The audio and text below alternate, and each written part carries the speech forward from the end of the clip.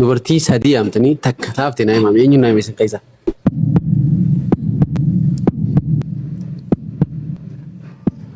Maal?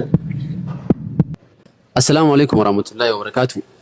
Dubartii sadii na biratti agartan tana hundi isiitu warra shari'aati. Maasha Allah tabaarakallah. Ahla sunnaadha. Di kaapitaal hoteelitti harkadhee maasha Allah. Gaafiin kiyya akkana jedha. Nabi Muhammad sallallahu alaihi wasallam ilmaan meeqa qabu? Meeqa? Meeqa? Torba. Dubartii meeqa? Dhiira meeqa? Dubartii meeqa? Afur dhiira sadii. Atiyoo? Ayyee dubartii sadeen isin nam sadiimi takkuma takka na yaama. Faatimaa. Faatimaa. Faatimaa atiyoo? Ruqiyaa. Ruqiyaa atiyoo? Faatimaadha. Atiyoo? Zainab. Atiyoo? Ruqiyaa. Okay.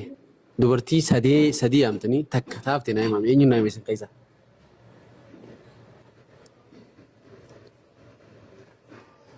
Maal? Khadija. Khadijaan jaartii. Ikraam. Emiga? Otto sahibi qof.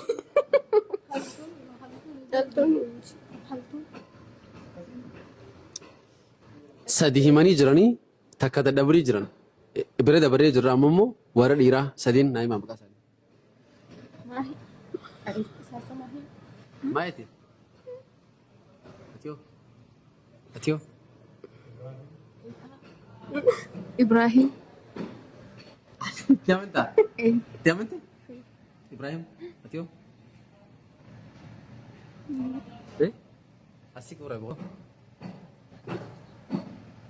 Atiyoo? Okay.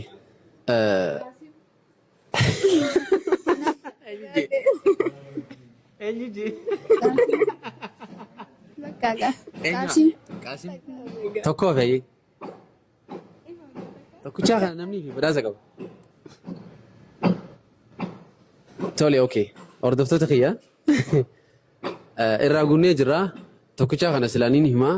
Garuu koora koomantiitiifis takka isinii kennuun qaba. Obboleen kiyya deebisaa guutuurraa guutuutti illee naa deebisuu baatan takka irraanfatanii jiranii takkitti sana immoo koomantii jala harkatan inshaallah. Ati maqaan keenya maqaan keenya? Tamimaa. Atiyoo?